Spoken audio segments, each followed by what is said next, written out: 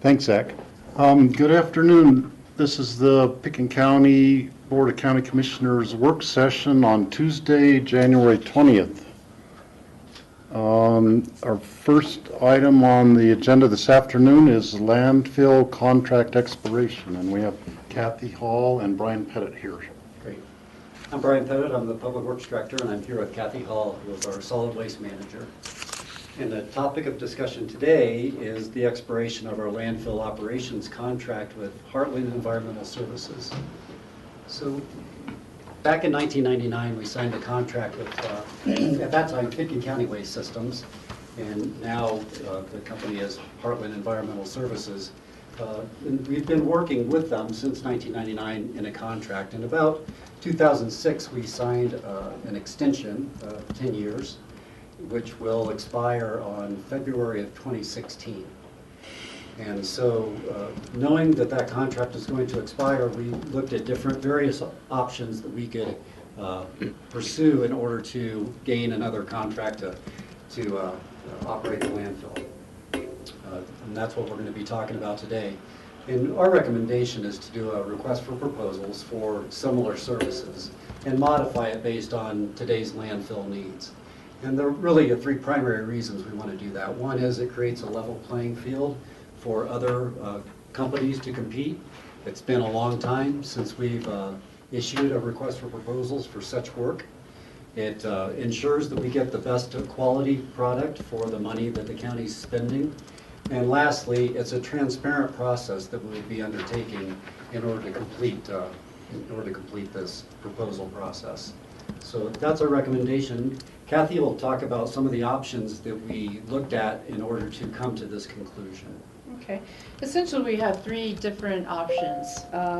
The first is a competitive RFP process, seeking a vendor to operate the landfill portion of the operations. And we're seeking right now, if we go that route, a 10-year contract with the option of 2 5-year extensions. The second one would be to negotiate a contract extension with our current vendor, Heartland Environmental Services. The current contract allows for a 5-year extension.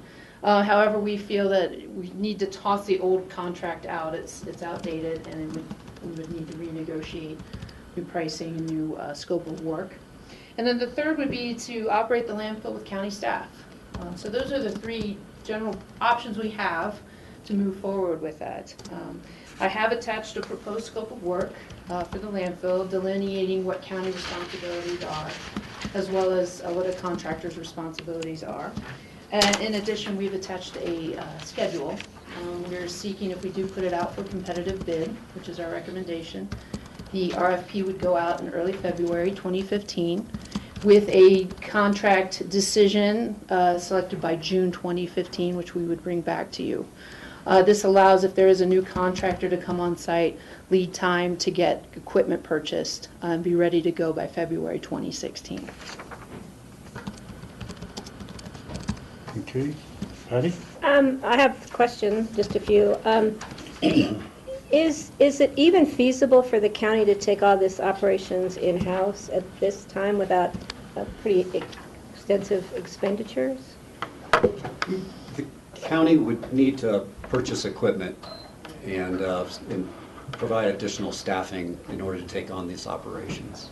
So it would also kind of be my understanding that the change, since I was part of that original contract, the county is actually, because of the changes at the landfill, would be taking on some more responsibility that are kind of not as big an operation, so that the new contractor or the existing contractor, whoever does win this contract, would not have as much responsibility, or does that make sense? Yes, correct. We are looking to take composting operations in-house and then simply shift the landfill operations to the contract. That's exactly what I was looking for. Thank you. Michael? Isn't another alternative to close the landfill and do a regional landfill with Eagle and Garfield someplace? I mean, that's another possibility, isn't it? It is a possibility. Yeah, you could close a landfill at any time, and that would force possibly a more regional approach to trash disposal. I think that, the county would always be in some sort of mode of having a transfer station to combine materials and do it efficiently, but that's an option. I mean, it seems to me that if we're always fighting against capacity of the landfill, and we're just waiting out that time or dealing with that time frame, that at some point the planning should be for a regional. Maybe it isn't right now, but at some point it should be for a regional, I think, given the jurisdictions that occupy this valley. If we can agree on a place and use that, I think that's a longer term than this, but I think you have to think about that when you do changes at the landfill. It's insightful. I think it is a long-term vision that the county ought to be striving for, but in my opinion, the most efficient mode of operation right now is to fill that landfill. You've got space to fill. It's the most efficient way to handle trash disposal right now and take care of our own problem, but with a vision in the future of looking regionally. Yeah, I mean, I understand, and I think that's what we should be doing.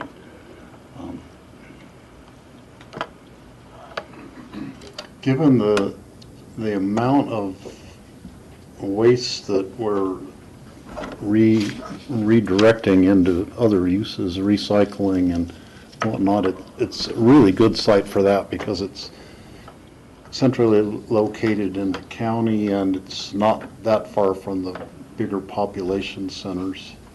And I would see, even if we close the landfill compacting operation at some point in time, we probably would continue doing virtually all of the other things that these different enterprises that we're doing, because it's a good location for that, and we're developing the infrastructure and all for the wastewater disposal and the composting operation, the aggregate recovery operation, and all of that. And I'd rather see that as stay where it is forever if we can, even if we can't do our landfill disposal stuff there at some point.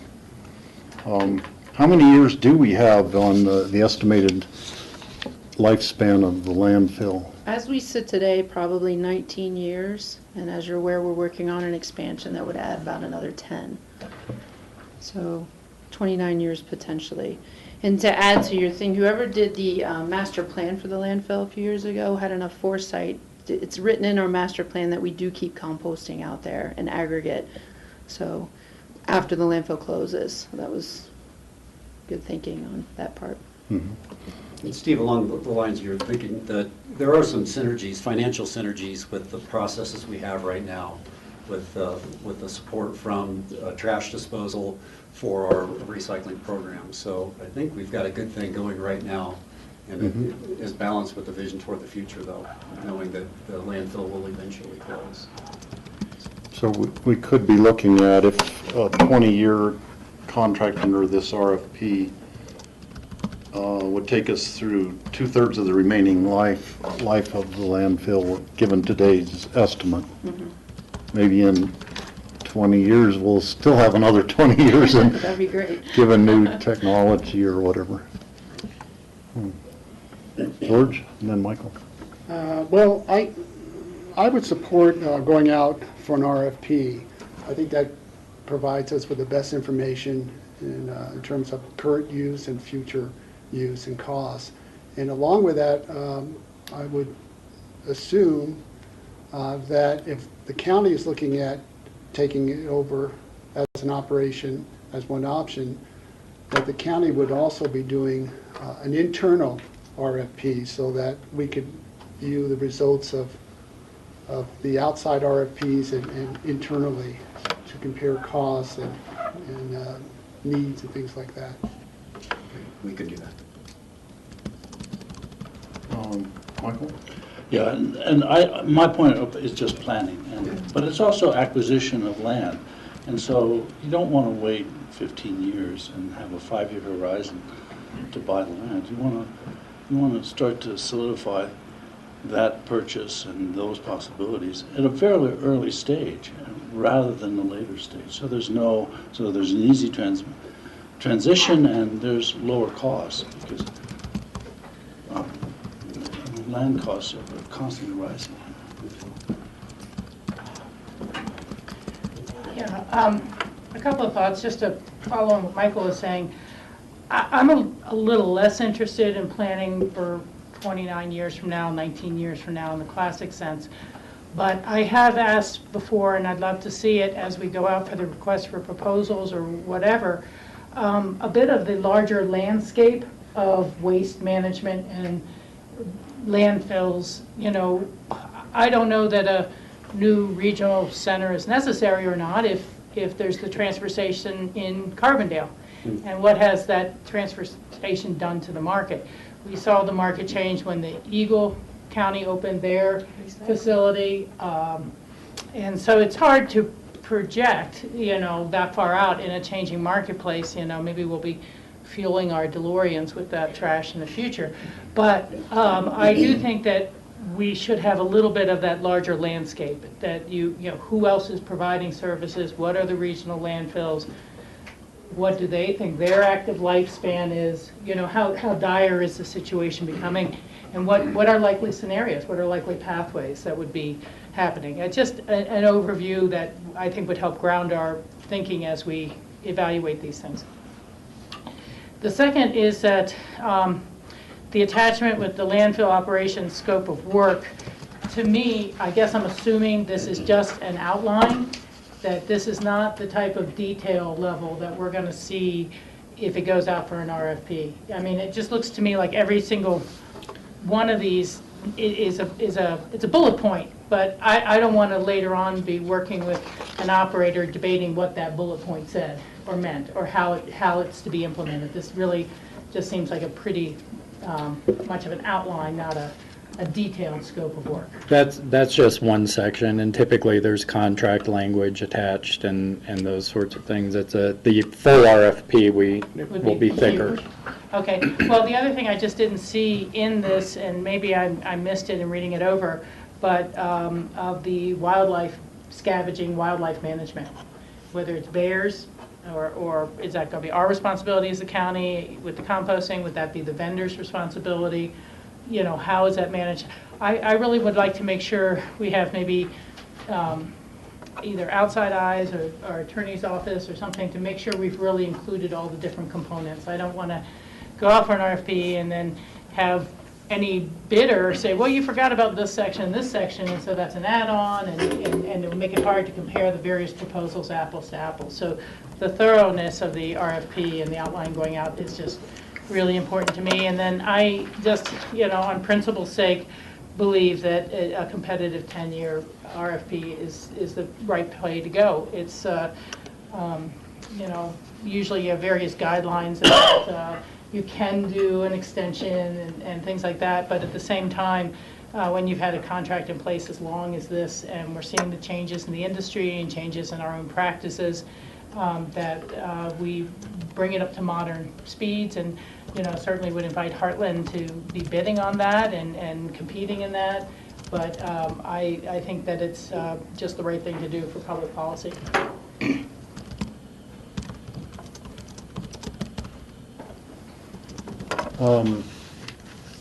I've been thinking a lot about this since it came onto the agenda, and looking at the three possible outcomes,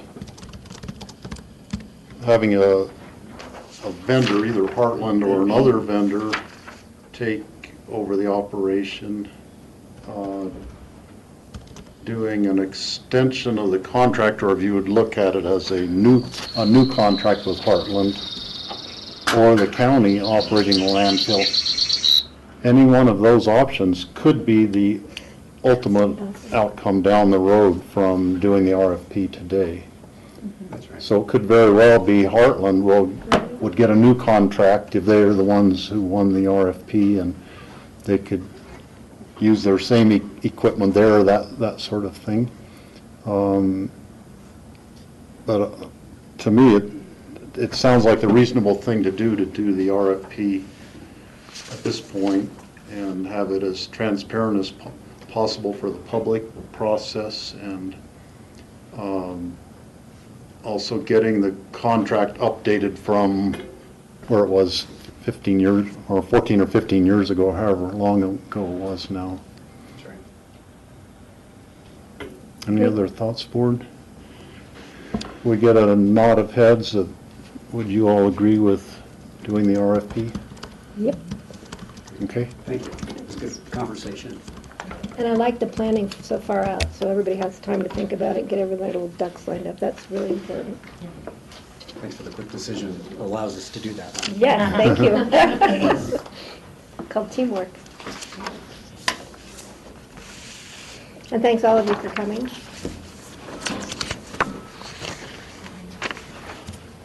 Okay, I don't think we need to do a break right now. We're ahead of schedule. Let's move on to memos of interest. Yeah. So we have two memos of interest for you. Really, there's a set of thank you letters for grants received through the Healthy Community Fund.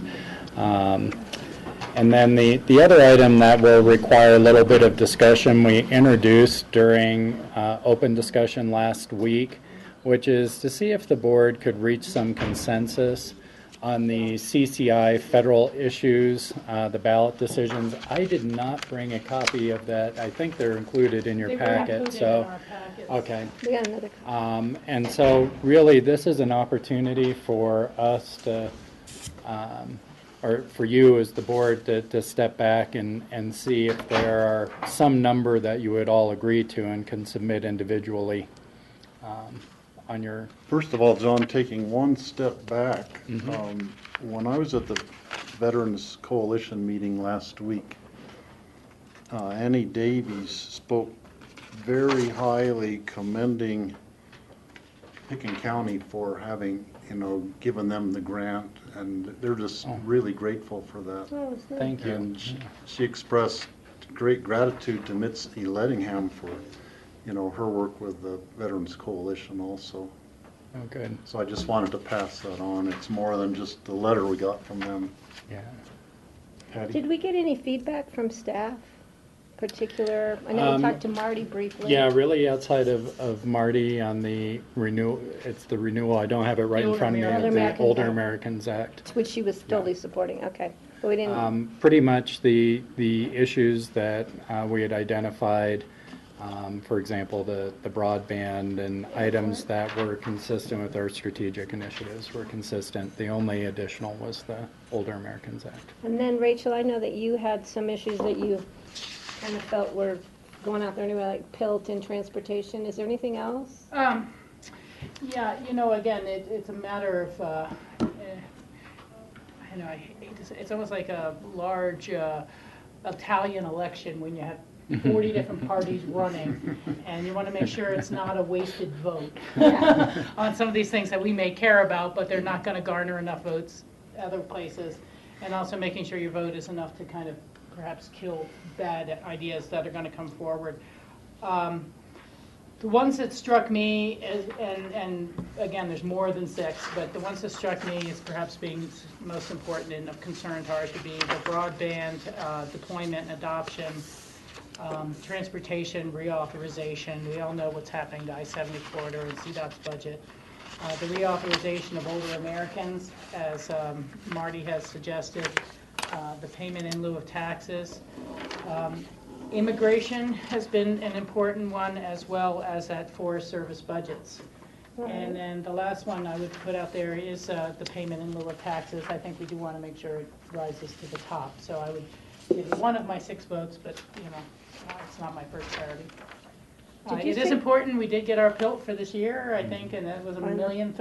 And so that is a huge difference to our budget in terms of salaries and benefits and future planning of projects such as the new public safety buildings. What was the second one that you said? Well, I mentioned broadband, the transportation reauthorization, the odor reauthorization, the Older Americans Act, PILT.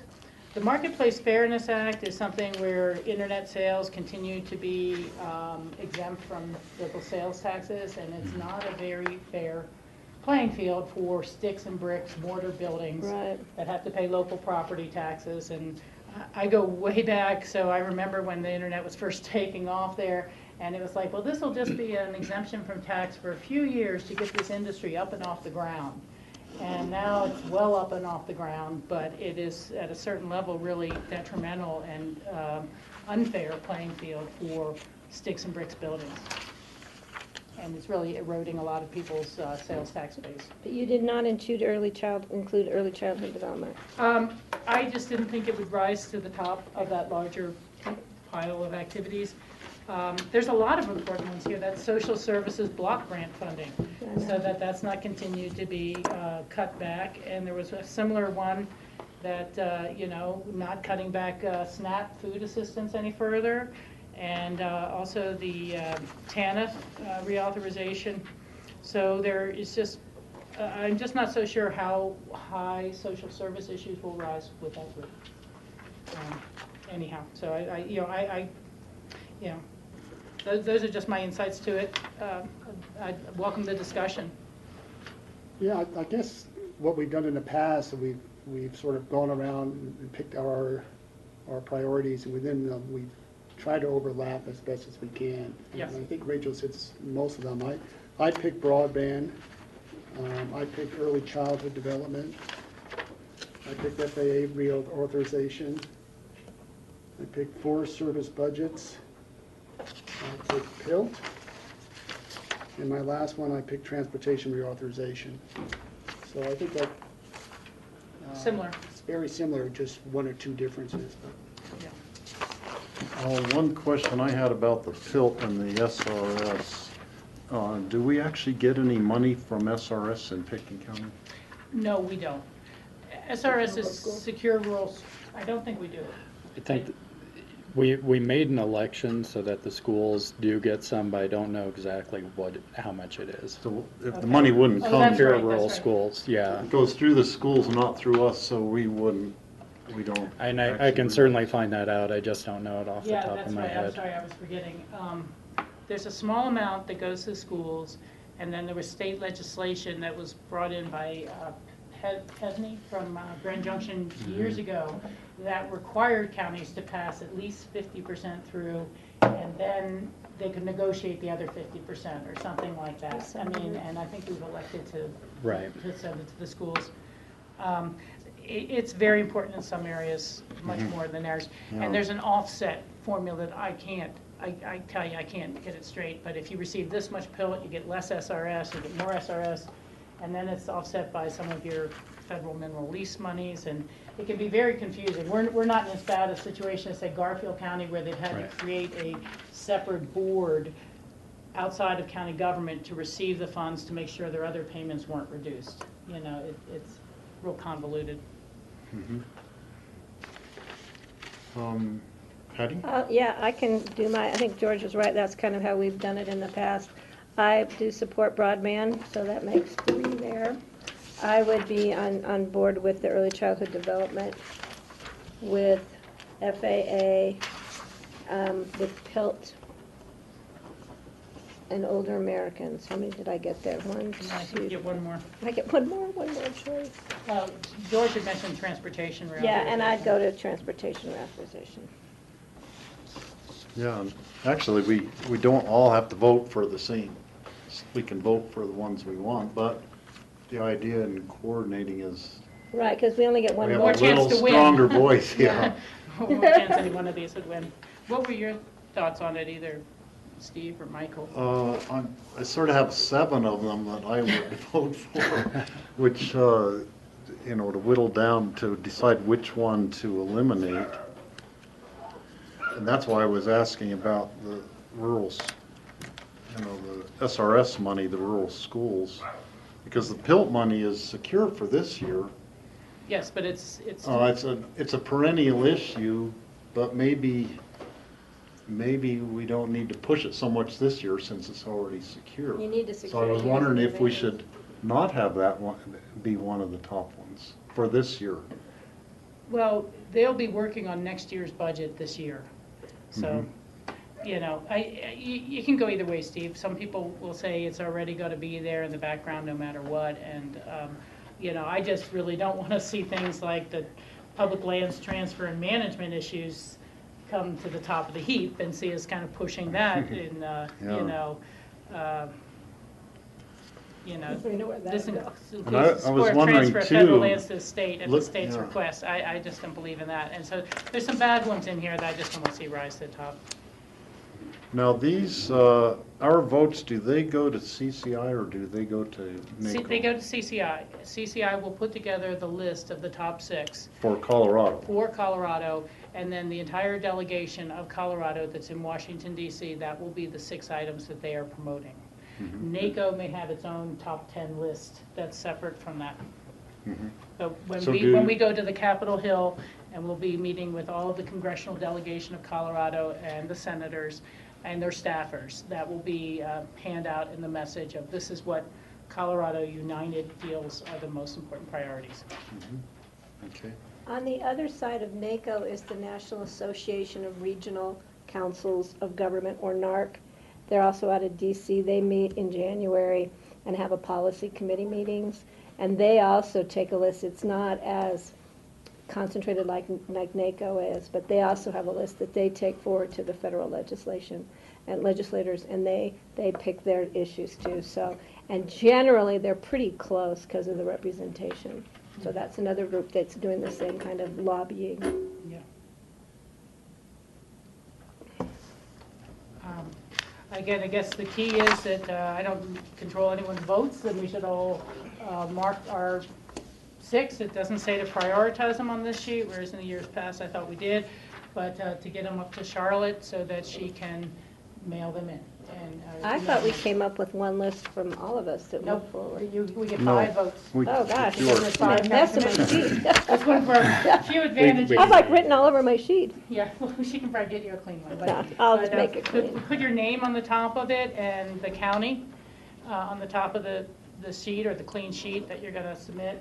And but it is really important, and it is an advantage to have 5 votes in this one area as opposed to just 3. Well, the 6 that I would vote for would be broadband, FAA reauthorization, Forest Service budgets, Older Americans Act, PILT and SRS, and transportation reauthorization. Okay. And that, John, are you I'm going to trying pass to, all I'm this not on sure to I've Charlotte, or kept should we? No, each of you should fill your Individually. own, yeah, Okay. to pass along, You because should they're make me a asking neat for one, the 'cause commissioners. mine's Yeah, we kinda can messy. make you a neat one. And Michael, got creative. I don't know if you want to do your prioritization or you wanted to pass it on It's like last essentially year. the same as, more or less the same as you guys. I wouldn't support PILT, but I would support the veterans workforce, Okay. So you're the veterans workforce veterans investment legislation. investment. And then broadband and out of the other ones that people have mentioned, the Older Americans Reauthorization Act? Well, I'll fill it out and give it to Charlotte. So. Okay, perfect. Yeah, Very good. And there's so many issues on here, all, virtually every one of them is an important issue. It is. I would almost rather CCI would tally up all the things and have more. You barely. Maybe you don't have time to lobby for those, Yeah. but if you have the whole list from the top 6 and then the next few. They don't. They just don't do it that way, Steve, Uh-huh. because it's just, Congress is like a iceberg and a slow ship anyhow. And if you say you want 20 things done, nothing gets done. You're lucky if you say 6 and 1 thing gets done. And it's just like you can't divide the efforts that much. And the staffers know we're concerned with all these things, and they'll be coming up with their own accord, and we offer our input to it. But these are the legislative priorities. Because I know I'd rather have the top 10 songs, but Some of them too are, like immigration reform is very important, and Congress knows it's important. But the chances of them actually passing something are so slim, whereas the chance of them doing a lot of these smaller issues really stand a good chance of us affecting some sort of a progress on that.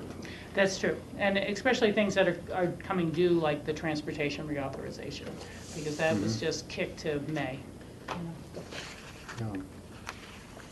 Okay, well, thank you, everybody, for getting those up to Charlotte, and they're due by next Friday, but, once you have it off your plate. I got it done. Okay. Yeah, and, I mean, I'm leaving in the morning. I have to give mine to Charlotte today, Okay, because I'll be down at Denver tomorrow already. very good. Let's see, that's it for memos of interest, future agendas, John. Yeah, I really just have one item for future agendas. We got notice this morning that the Planning Commission would like a little bit more time to prepare for their joint meeting with you, so that was scheduled for about an hour and a half next week in the afternoon. So what we'll probably do is shift that agenda around to be all in the afternoon. Unless we have another item. I'm not aware of another item that would be coming up for that work session right now. Other than that, that's all I have for future agendas for you. Patty? So I have a question as to our Wednesday, the 28th meeting where we're discussing the special events regulations. Mm-hmm. Are we really just talking about it the day before? Yeah, I know there's a time frame because of the moratorium. There's a time frame because of the moratorium, and there's been, unfortunately, there's been some discussions going on where there's been some guidance provided by the board that's gone through the Planning Commission, and so we are fairly tight. Now, obviously, if the board is not prepared to act on the proposals coming forward the next day, we'll have to continue those out, but we are going to probably miss that moratorium deadline if that's the case. Well, just so everyone knows, I met with Cindy and discussed it and got a copy, so I've been reviewing it and watching the meeting, so I'm not going to be off on that. I have another thing, but I think. I'll wait. Yeah, and the other one was on the, just to clarify this confusion of dates of when I'm going to my mother's 90th birthday, I will be back on Wednesday the 25th. I made a point not to miss a regular meeting. Okay. So I've already got my airfare. I'm coming back the day before, so unless we have a blizzard and I'm stuck in Okay. Kansas somewhere. All right, thanks, Steve. Okay, George? Well, back on the special events regulations on Tuesday, January 27th. Of course, that moratorium was self-imposed, Right. and we can change that knowing if staff was not prepared.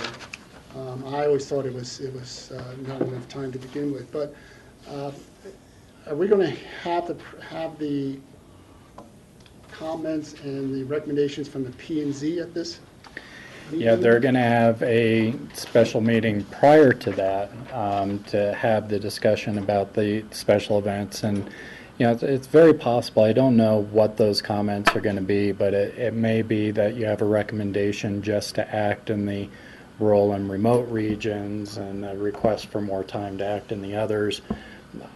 I don't know where that's going to go at this point. Yeah, just, given we won't have our joint meeting with the P&Z, we may want to think about adding another half hour for that discussion, the special events discussion. On the regular meeting.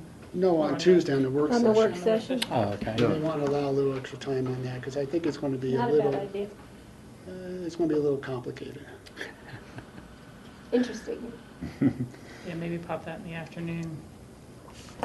Something. The Snowmass Capitol Creek Caucus met last night, and they had the special use regulations on the agenda.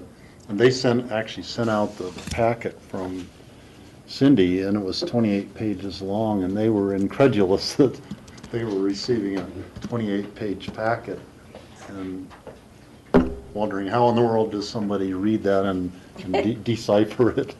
That's kind of the life, we deal with that all the time, but it helps having good staff review to guide us through it too. Okay, any other future agendas or agenda requests from anybody? Okay. Actually, I just should put one thing out there. If we're Okay. getting into February, it's already on the calendar that I will be gone for NACO. But the Club 20 subcommittee meetings The 19th is going to be their meeting that includes telecom. And I think I can go to that as well, and then go straight from there down to Denver to fly out. Okay, and we definitely have Kara Some staff going, going. yeah, absolutely, Okay. so.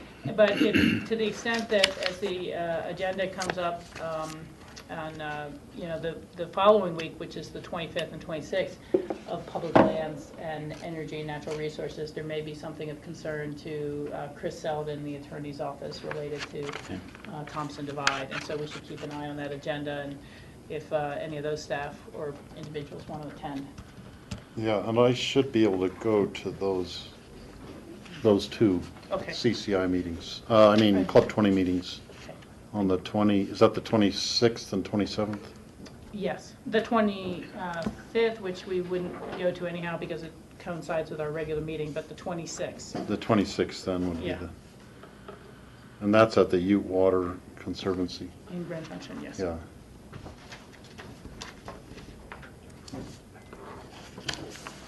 Okay, open discussion.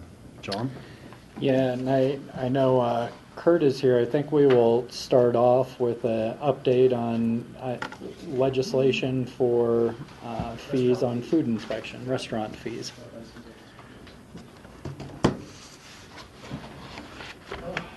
Good afternoon. Good afternoon. So, wanted to come to open discussion. This is a short turnaround, so I wasn't able to put together an MOI for you.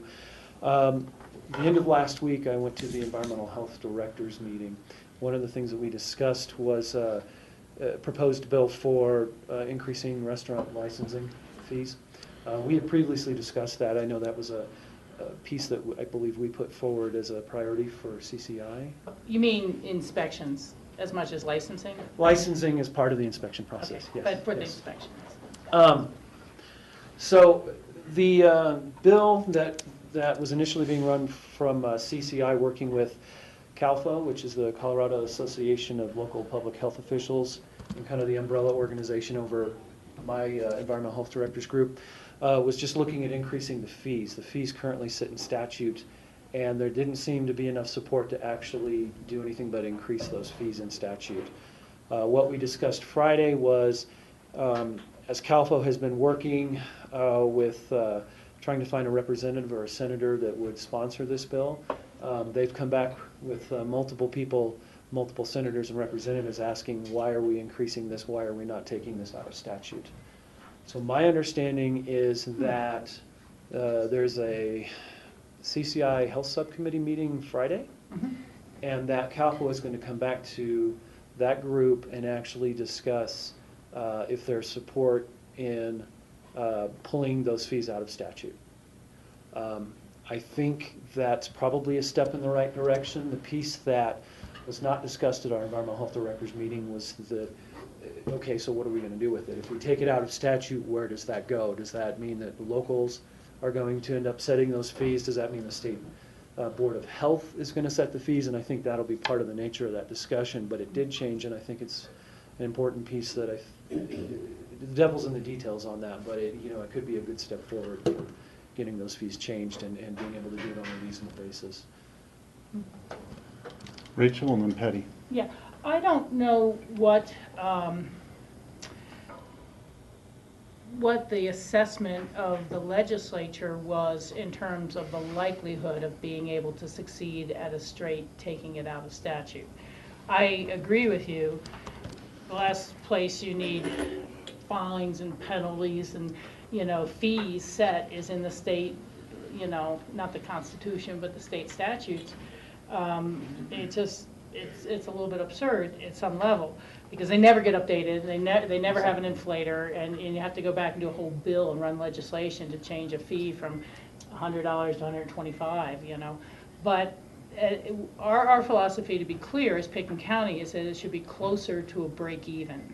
Mm-hmm. And right now, you've estimated and told us that we receive, I guess, is it 9,000 or 10,000 from the state for those services? 10,000. Mm-hmm. And it costs us around... I don't remember the exact numbers. What I remember is we cover about 40% of the cost of the program with fees and the contract from the state, and then Pitkin County subsidizes that program about 60%.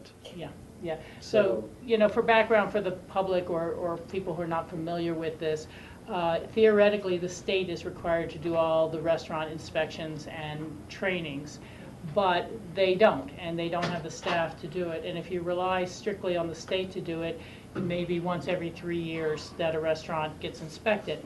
And the thing about the restaurant inspections are they really are a training opportunity for the turnover of employees, of the good health standards, how cold the cold bar has to be, how hot the hot bar has to be, how frequently, you know, all sorts of measures and standards. So in the resort communities, having a high quality of food service has always been a priority. I think it is throughout the state. But so most communities have taken on the obligation of doing the inspections and the trainings themselves and do not rely on the state. One of the things we've heard from the rural communities who may rely on the state, if the state comes out and closes down a facility because they have some violations, they may not be back to re-inspect and allow them to open for a month. You know, and so small communities can lose their only coffee shop, and you know, it's just very, very tedious. And we are not interested in making it a profit center. We just really would like to get closer to breaking even. And so, while the numbers aren't as big for Pitkin County, they're huge when you get to Boulder County, Douglas County, and these places. They're losing hundreds and hundreds, or subsidizing hundreds and hundreds of thousands of dollars worth of service to the state. I just know that the restaurant industry is always concerned that you're going to get exorbitant fees, and that's part of what's been put into statute. So that's going to be your battle when you get to trying to pass legislation. And, you know, I don't know what CalFO is thinking in terms of how they could put some side rails on this proposal so that there might be that flexibility for local boards of health or local environmental health departments to set the fees, but I don't think they're going to get anything passed that's really just totally open-ended. And so they really need to think a little more strategically. But this is very good input for us to take that meeting and see what the others debating it are. I know that in one of the last couple of sets of meetings, I heard real loud objections from people, county commissioners, who felt that the septic inspection fees had gotten way too high. And they don't have the problems of other places, and they don't even want to inspect septic systems, and it's going to cost a homeowner $300 or $500. What do they get for it? And one of the other county commissioners turned around and said, well, they get clean water. Yeah, that's what they get for those septic tank inspections. But, you know, some concern that this is, quote, government overreach, and people should mind their own septic tanks, and we hope the water quality stays good. There will be a lot of, I'd say, opposition to allowing this fee to go up at all. We seem to be a line in the sand that's painted bright red and said no fee should ever go up. So. And I'm quite surprised that CalFO actually came back and even was going to bring this back to CCI to see if there was support to change this bill. When we previously talked about this in October, they were really quite adamant that the best we were going to get was actually to just go from modifying the fee in statute and leaving it in statute. So this is 180 degrees from these guys. So I take it they feel like there's enough support there that it is worth a discussion. Well, maybe a negotiating strategy to get those fees in statute raised to a decent level too. So. And it could be. It could be. I know that the Colorado Restaurant Association, we were working with them previously, but they have pulled their support since, based on one of their major complaints is uniformity, and one of the things that's happened that they feel is not uniform application of these regulations across the state. Weld County is now doing restaurant ratings and having those posted. There is previous guidance from the state health department that's quite old, and in fact we're working on changing those things. But Weld County's gone ahead and moved forward, and in response to doing this restaurant rating piece, actually the Restaurant Association has pulled their support of changing the fees. So it's an interesting piece. But I think the important thing is if there is support for that, I think it would be good to move forward with that, again, depending on what they're proposing in terms of where we then put fees. So there's still a lot of concern about, you know, how we end up handling that system. And there are some counties where if we leave it to local control, they have concerns that they actually would way undercharge what the cost for their program is, and it actually would hurt them to put it in their local control. Some counties actually feel like they would actually not charge a fee at all. They would be pressured. And there would be additional pressure because they would lose funding instead of gaining funding to support the program. So, anyway. Thanks for the reconnaissance. Okay. Steve, Thanks, wait, Kurt. So Rachel's explanation was very helpful. So my concern was that if it came back to where to place the fees, where would you stand? Would you support bringing it back into local control, or kind of just see what the mood in the room is? I think that I support the idea of local control, but again, based on what I was talking about previously, I think it's not necessarily going to work specifically for each county. So I think there's got to be something like, if it's going to be local control, maybe the thing to do is put a range in where, because again, one of the problems I see with one fee is it doesn't recognize the cost to run a business in Baca County are much less than, say, Pitkin County or Aspen County, the city of Aspen. And to charge one fee is already guaranteeing that, one person may be getting 70 or 80% coverage and another may be getting 40% coverage. And so Right. And if you've eaten at the one restaurant in Baca County like I have, you understand that. So I think that to me the best solution at this point would be local control, but with some type of range, so that again, we have places that aren't getting really carried away with fees, Right. but then we have places where they need to have that minimum fee set so they're not losing more. Right. Okay. Thanks. Okay. Thanks Thanks, for Kurt. bringing it to us.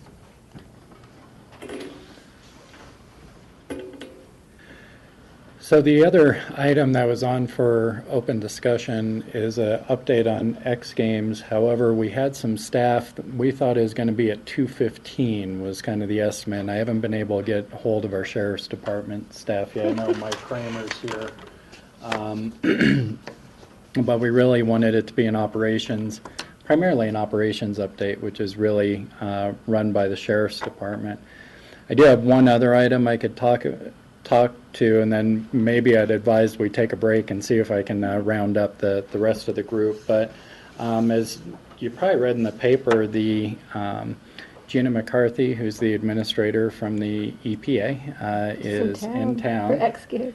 And there's an opportunity for, I know some staff and myself have been invited to a business roundtable luncheon with her, which is an opportunity for us to maybe voice some of Pitkin County's concerns. I don't know how many people or what the venue is really going to be or what the opportunity is going to be, but I wanted to be sure that the board was aware of that. I'm definitely going to plan to accept that invitation. I know we've recently written some letters through Environmental Health and Waters of the U.S. as well as others to the EPA that would be opportunities for us just to mention those policy positions again. And if there are any other emerging that we want to have on the radar screen, that would be a good time to chat about them. George?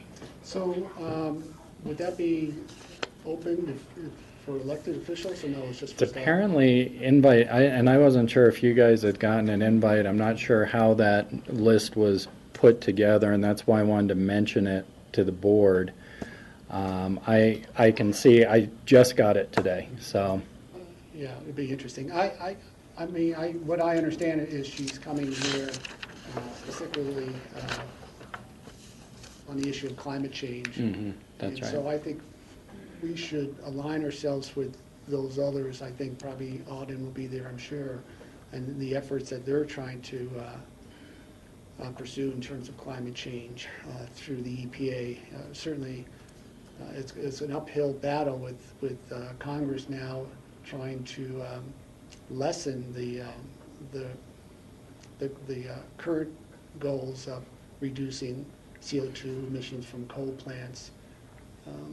And so that's going to be an uphill battle. But I would think we would want to support the efforts of climate change and explain why it's so critical, not only for us, but certainly for the state, country, and the world, as we move looking at issues such as water in the West, especially. What's the name of the ski company, Snow? What's their big, was that big movement? Save Our Snow. Was that Save what it Our- was? When they had that big thing on the mountain and they printed it all out? Is it Save Our Snow? But I just wanted to just add a little side note that Don't mention my name to EPA after my previous experience with them. I don't think they want to know I was just elected to the Board of Commissioners. Save you that one. I would agree with you, George, on the climate change issue, because if you look at other EPA issues that are out there, like the ozone, which affects Garfield County, real close at home, we're not on the list of the hot spots there, but all of Southern California is on their map of bad spots, and any county with high oil and gas drilling is on the high ozone list. If we can solve the climate change issues by using less fossil fuels, a lot of that ozone problem will resolve itself.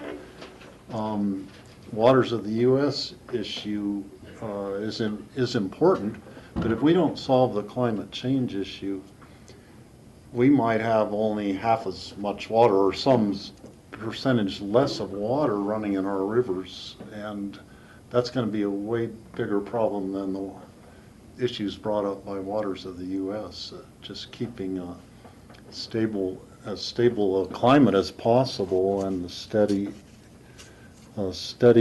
precipitation, as steady as it gets in Colorado, given that it's always up and down anyhow, but it's hard to do any sort of long-range planning and preserving the environment if you have this huge million-pound gorilla of the climate change pushing everything in the wrong direction. So I would agree with that would be the number one issue that is really important for us. So fun. Yeah, and you guys may be seeing that invite come around too. I really don't know how the list was put together, but I wanted to take the opportunity to visit with you guys. Just in case.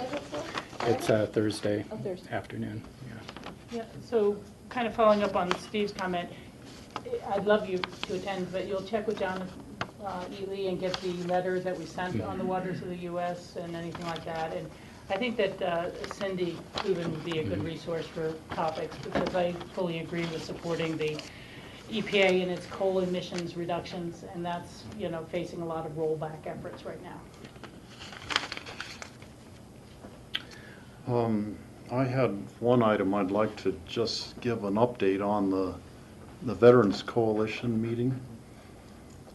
It was a very excellent meeting. Paul Anderson gave an update on the Huts for Vets program. There was a presentation on Operation TBI Freedom, meaning traumatic brain injury. They're working on homes for all vets, so homelessness in the veterans population is important. Also a works program through the Colorado CDHS, Colorado Department of Health, Human Services, working to hire vets who tend to have a higher unemployment rate. There was a presentation about the Choice Act, where veterans who live more than 40 air miles from their door to a treatment facility, which in western Colorado means Grand Junction or Montrose, can go to a private doctor in their community and not have to travel all the way from here to Grand Junction, for instance. The problem they're having with that is some places, like the town of Nucla, the 40-mile radius from the treatment center in Montrose goes right through the middle of Nucla. So there are veterans in Nucla who can go to their local doctor, and there are other veterans who have to drive 85 miles by road to get to that 40-mile distance away to the treatment center. So that's a problem for some communities. It's not a problem for ours, but the local veterans do have that ability to use a local private doctor. They also have the option to go to Grand Junction to the VA always, but I thought that was really good news for our local veterans. And then the last presentation was There's actually a TED Talk by a guy named Sebastian Junger about why veterans miss war. And there are a lot of veterans who get discharged. They come back from Iraq or Afghanistan or somewhere, and they're discharged and they're sent back to their community, and they feel this total sense of loss because of all the life they've been living is everything has changed and things aren't the same for them back in their community. So they have a sense of isolation, loss of identity, a feeling of vulnerability, loss of social supports, loss of the camaraderie of being in the military, loss of mission and purpose, and a loss of no significance in the work that they're doing. And so that contributes a lot to the mental health problems that returning veterans are having and the high suicide rate. So it really kind of gave an agenda for a lot of things that could be worked on to help veterans out of those mental health issues. So it was a very well attended meeting by a whole lot of veterans and a whole lot of people from different public agencies and also from the group that is called Rocky Mountain Human Services, which is coordinating the Western Colorado Veterans Coalition. Thanks, Steve. Thanks for attending that. Yeah. Well, it turns out all the folks for our open discussion item have now gotten here, I believe. Okay, now we're going to have an X Games operation update, and I'm not sure who is the person in charge. Is that you in charge? Well, I don't know if I'm in charge, but I'll kick it off. Yeah, so I had an update from the Sheriff's Department last week just on some of the operations and how we're preparing for the X Games. And during our discussion, we thought that it would be good for you as a board to have an update on what's going to be coming up this week and some of our efforts to prepare. And so we have representatives from the Sheriff's Department here. In addition, we have Mike Kramer from Community Development, who's been overseeing the permitting process going through, and I believe we have representatives from ESPN, from the event sponsor, who I do not know, but I think we'll probably get a chance to introduce. But I thought it might be best, unless I get a nod of heads to the contrary, to maybe start off with the Sheriff's Department and kind of the operations plan, and we can go into the discussion with the other entities that are here as the board has questions. I was just going to say, we also have representatives from RAFTA here. Oh, we do have, that darn pillar, I can't see a thing, but thank you, RAFTA, for being here also. And this is not, an opportunity, to review the permitting and such at this point. This is more an opportunity to share information so that the board's aware of this major event that's happening in our community starting this week. Now I'll turn it over to you, gentlemen, if you could introduce yourself. Brad Gibson with the Pickens County Sheriff's Office, and I'm the Incident Commander for Public Safety for the event. Hi, I'm Alex Burchett. I'm the Director of Operations for the Sheriff's Office in Pickens County, and I'm the Planning Section Chief on our Incident Management Team, overseeing the public safety aspect of the X Games. Basically, we stood up the Pickens County Type 4 Incident Management Team for the event, just like we did last year, and we have representatives from all four, I believe all four police agencies in the Upper Valley, city departments, county departments. So it's not all just law enforcement. We have pretty much every fire department represented on the Pickens County Type 4 team. So we've been working quite a bit together.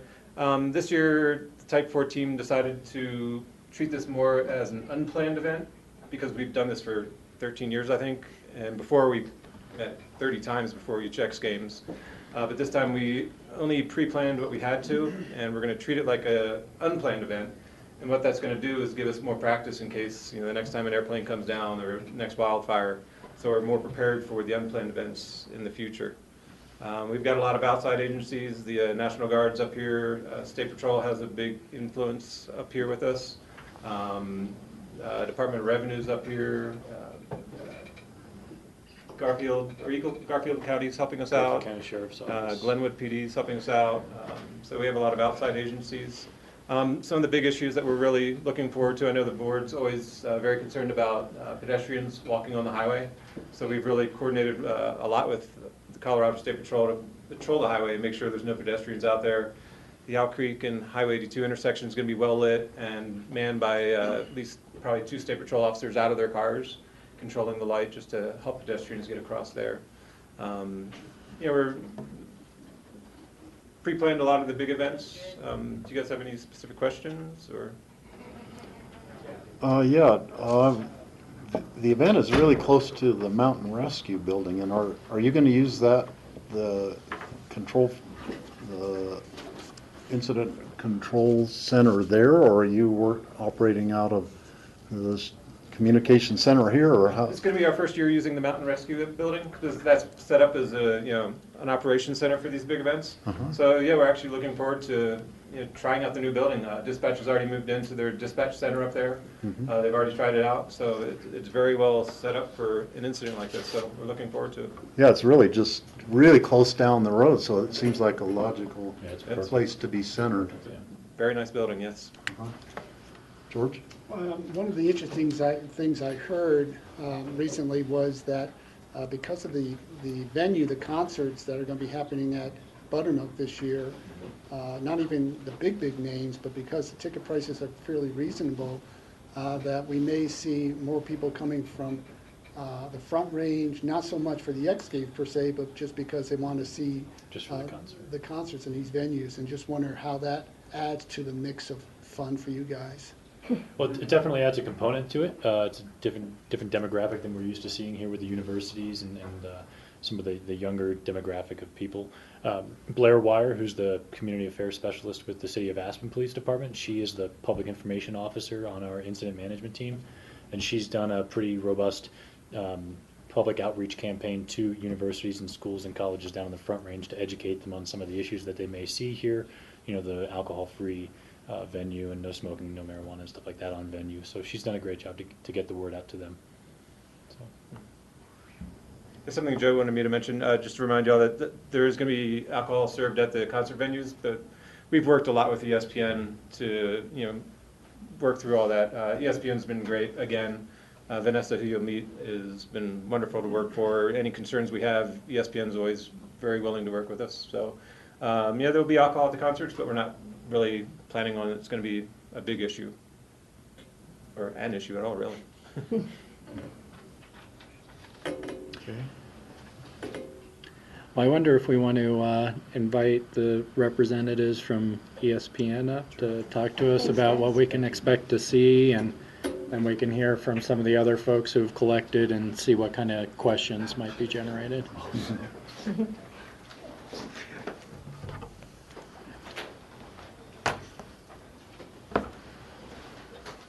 Hi, Welcome. Vanessa Anthes with ESPN.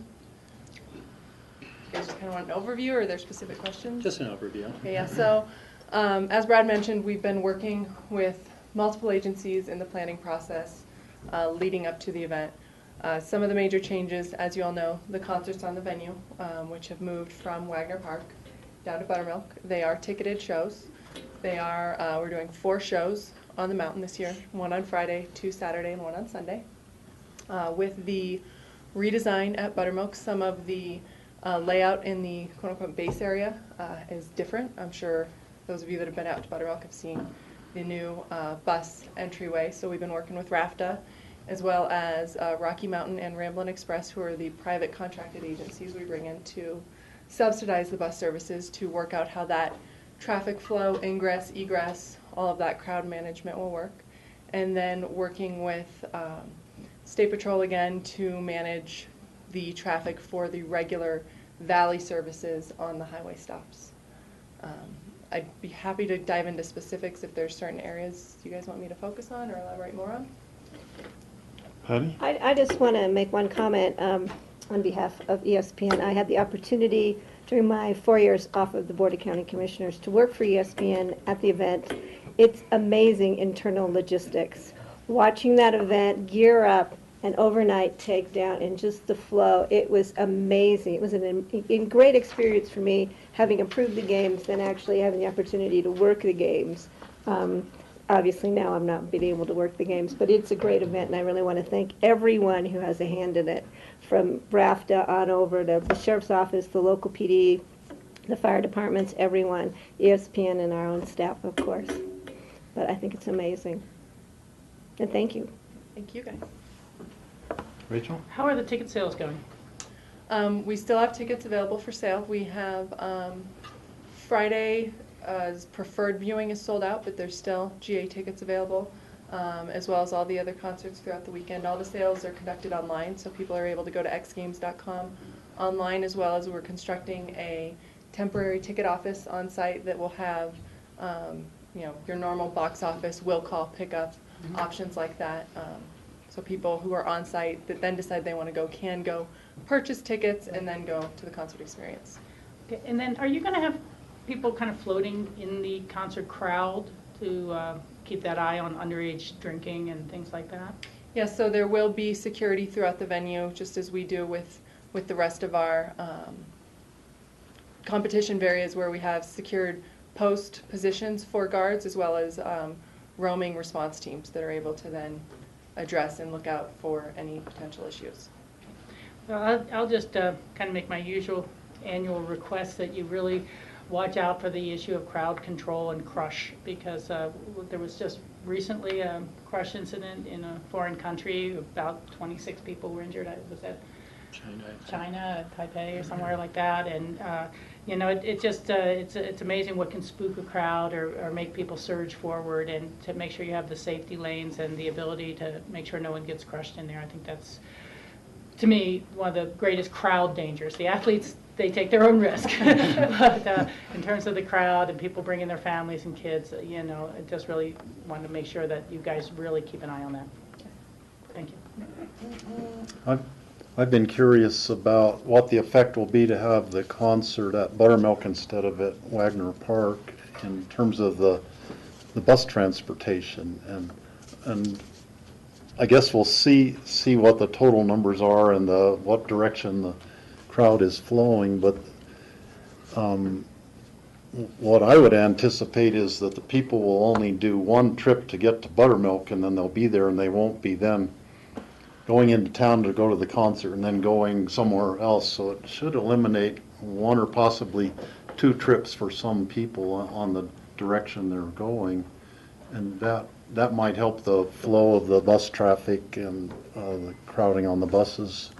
We're anticipating the same thing. Hopefully it will relieve pressure on the transportation element of the event, because we're not moving the masses from the venue to town, back to the venue, back off the venue. Mm-hmm. So hopefully that is our kind of theory based on what we've learned over the years and what people are tending to do.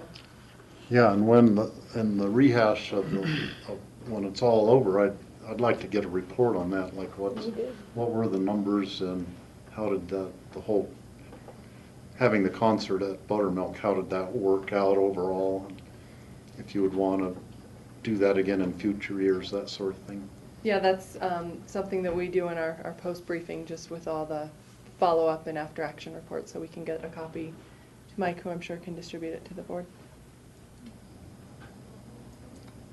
Okay. Sheriff. Your official title, Sheriff Joe. I just want to remind the board and the people that are watching on TV that we provide in-kind services to X Games to the tune of about $28,000.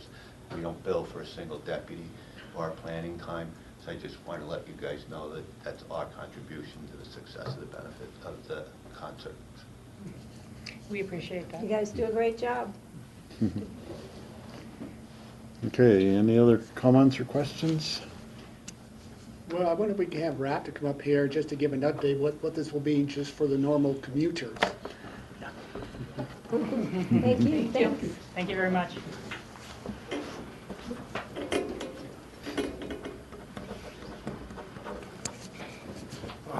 John Hawker, I'm the co-director of operations at RAFTA. This is Dave Iverson, he's our operations manager. Just a little history, both of us have been working on the X Games since, I guess it's, what, 2002? Is that the right year? So 13 years. Just a couple things, I'll address George's question here, but getting back to what Vanessa said on the concerts, we think, quite honestly, it'll work better for us having the concerts at the venue because in years past with the concerts at Wagner Park, running those folks into town, an hour later running them all back out, put a strain on our services. You know, and we're trying to keep the flow going from down valley into the venue, up to Snowmass and so forth. So I think that'll work better on that regard. The only difference this year from past years is the layout of Buttermilk as far as buses are concerned. Just as a little background, we used to go into the loop at Buttermilk and there'd be a station for people going to Aspen for Snowmass and so forth. Now it's a linear bus stop. And that in itself should work fine, but the road going into Buttermilk's a little narrower than it used to be. So we don't have the ability for one bus to pass another bus on that road.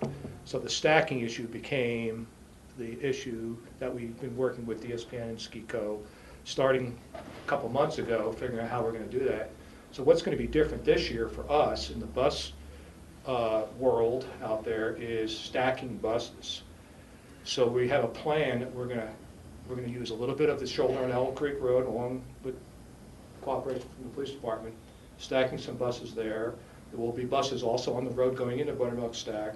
We're going to use the airport ramp service road as another third stacking area for buses. So when we have to bring egress, especially, we have to bring buses in. We're going to be pulling buses from those three areas into there because we don't have the ability to have as many buses stacked on that road as we used to in the past. The road meaning the road going into Buttermilk from Owl Creek Road into the venue. So, and the whole goal is wherever we have people on buses trying to get to the venue, we want to get that bus into the venue, let the people off, and get that bus out stacked or put somewhere we can get it back into action again. Because the worst thing we found is to try to keep people on a bus that's sitting out there away from the venue because we don't have the room in the venue to get it unloaded. So we think we have a good plan. We'll see after the event. We'll just work on it. So that's really the only difference there as far as what we see in front of us the next couple of days. And George, you had a question about Well, just how this will impact the normal commuter. Well, what we do, especially on Friday and Saturday. Thursday is not a big impact for the commuters because the traffic's not that big for the venue. On Friday and Saturday, we'll have extra buses positioned all the way down the valley, Elgeville, Carbondale, and Glenwood. So if the demand is, if a bus fills up, there's a bus there with a supervisor dispatching it from there. That's what we've done in years past. So Saturday being the biggest one for us, of course. Friday, second biggest. Thursday and Sunday are not too big of an impact as far as the commuters are concerned. So, but we do have a plan for that. We have, same as we had in years past, we have buses, like I said, stacked all around the valley down there. I just want to comment, I mean, RAPTA does such an extraordinary job. I think, correct me if I'm wrong, but normally your busiest day of the year is New Year's Eve. It's around 20, you move around 23,000 people. And on any given day at X Games, you're going to be moving 45,000 people. I mean, double. I mean, 38, 40. With basically, certainly we have some additional help with other contractual buses, but the work that RAPTA does to pull this off couldn't happen without RAPTA. And the good news is we're fully staffed. We like to hear this time of year. So we fully staffed. We'll have every piece of equipment we own out on the road. It happens every year at this time at X Games. So feel good about, we put 100% in and 110% at times. So extra supervision, so forth. So. Rachel? Yeah, just to kind of follow up on George's questions, two things. When do the events themselves start on the Friday and Saturday morning at the X Games? Block. That might be Vanessa. Our venue hours official venue Xmas Sponsored Villages is at 11 on Friday and Saturday, but we will we'll have buses running out prior to that. That's just when the sponsors open. Sure. Buses, I think, morning? We start the first bus at 8 a.m. from the intercept lot, and it's just one or two running, and then we just ramp up until 11 o'clock there. Okay. Well, I was just going to say, I think that if most commuters are aware that this is happening and the first events aren't right at 9 a.m., it helps. And, you know, that might be for those who are writing stories about this, a caution to commuters to think about leaving a little earlier and just to make sure you're not impacted. So Well, I seem to remember in years. It doesn't seem that it affects the morning commute, it's the afternoon. It's the afternoon commute. Okay. There we go. And with the concerts being out there on venue, the people have a better chance of getting on a bus and getting out of town. From town, Yeah, and already being a exactly. full bus. Will the buses that are leaving town won't be stopping to pick up concert people? They'll be separate. People could jump on the bus to get a If ride they're out to across the Buttermilk, street. but it's not as big a chance, Okay. since there's dedicated buses from Ruby Park out to the venue. We try to make sure the people going to the venue get on a bus designated for the venue, because then they can just go right inside. Sure. Yeah, As yeah, opposed yeah. to getting off on the highway, crossing the highway and so forth. It's not 100% guaranteed, you know, because some But people you'll be figure it out. tracking it as it goes, so we'll see Right. how it happens. For example, someone can figure out that, well, there's a line to get on the bus out to the venue, but there's no line for the Down Valley bus. Get on the Down Valley bus, get off at Buttermilk. We can't, there's no way to stop that. Sure. Yeah. So. John? This probably isn't a RAFTA question, but we did throw out a 38 to 40,000 person number. I was just wondering from, maybe this is an event planner set of questions, is do we have an estimate of how many visitors? And then do you have any information about how many people view the X Games? Millions. I have those statistics, but not. Okay, sorry, I should have asked those before you came, probably. That's okay. Aren't we talking million? We're talking millions around the Yeah, world. it's global coverage, so. Yeah, it's huge. It's a massive number. And Channel 7 just did a whole thing, a preview on the athletes. It was really well done. It was huge. This last week, but already on national TV. It was great. Very nice. Have fun, guys. Okay. Thank you very much. Okay, well, thank all of you Thank for you, guys. coming in, Thanks. and look forward to good reports on the X Games this year. Welcome, Patty. Thank you, sir. It's nice to see you, Joey.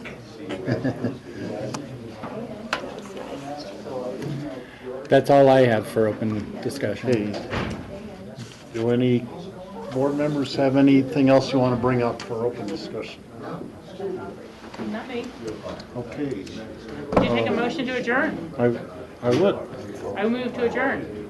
Jared, I don't know that we need to vote on that. Meeting is adjourned. Thank you, everybody. Thanks. All right, now I'm going to go get.